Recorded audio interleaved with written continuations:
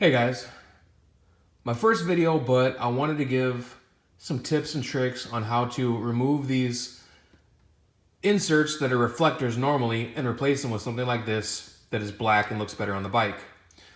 There's a lot of videos out there showing you to heat this up with a blow dryer and then to take some kind of a tool and get it in here. I'm using a screw just to show, usually a pry tool.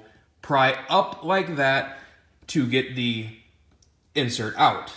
Well, if you pry up like that and you're painted, you're prying up against the paint and you are going to damage your paint on the inside 100%. So here's a better option that worked perfectly.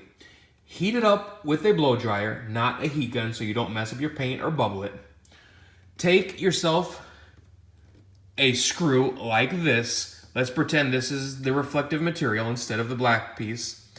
Drill the screw in just a little bit until the teeth catch. Either the front, the back, it really doesn't matter. You'll be able to tell when they catch and you'll barely have to drill it in.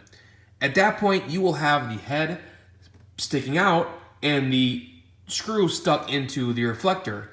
Then you can very easily just take something and pull the head of the screw and pull the reflector right out very easily. No damage around the outside of it, no damage to your bike. And a lot easier than trying to reach in and pull and pry that out. That just doesn't work very well. So screw your screw in just a little bit until the teeth catch and you'll see it and you'll feel it, that you'll be able to pull it, and then grab some pliers and just pull it right out. Very, very easy. No damage to your bike and no frustration to you. Hope you guys appreciate this. I had to give a tip because all the other ones I've seen will just damage your bike. This is the only one I've seen that does the right way.